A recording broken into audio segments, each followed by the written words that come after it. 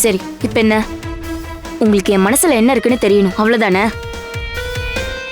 சொத்தை பிரிச்சு கொடுத்துருங்கம்மா.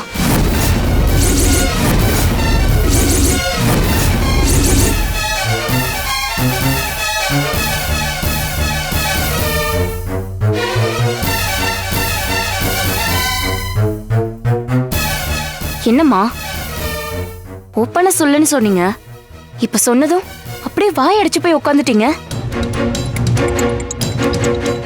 ஏய் ஜோதி, உனக்கு புத்தி கித்தி கெட்டு போச்சா?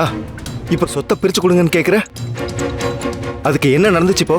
நாங்க ஆசைப்பட்டது எதுவுமே நடக்கலையே மாமா, இதுக்கு மேல என்ன நடக்கணும்?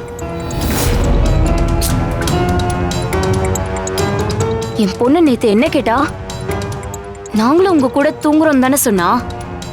ஆனா என்னவோ இவதான் இந்த வீட்டுக்கு வாரிசு மாதிரி இவளை மட்டும் கூட வச்சுக்கிட்டு மத்தவங்களை எல்லாம் அனுப்பிதானே விட்டீங்க.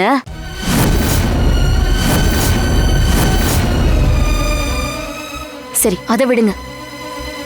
இன்னைக்கு காலையில டிடியும் ஆபீஸ்க்கு வரேன்னு சொன்னதுக்கு அவளை இங்கேயே விட்டுட்டு அவளை மட்டும் கூட்டிட்டு போனீங்களே.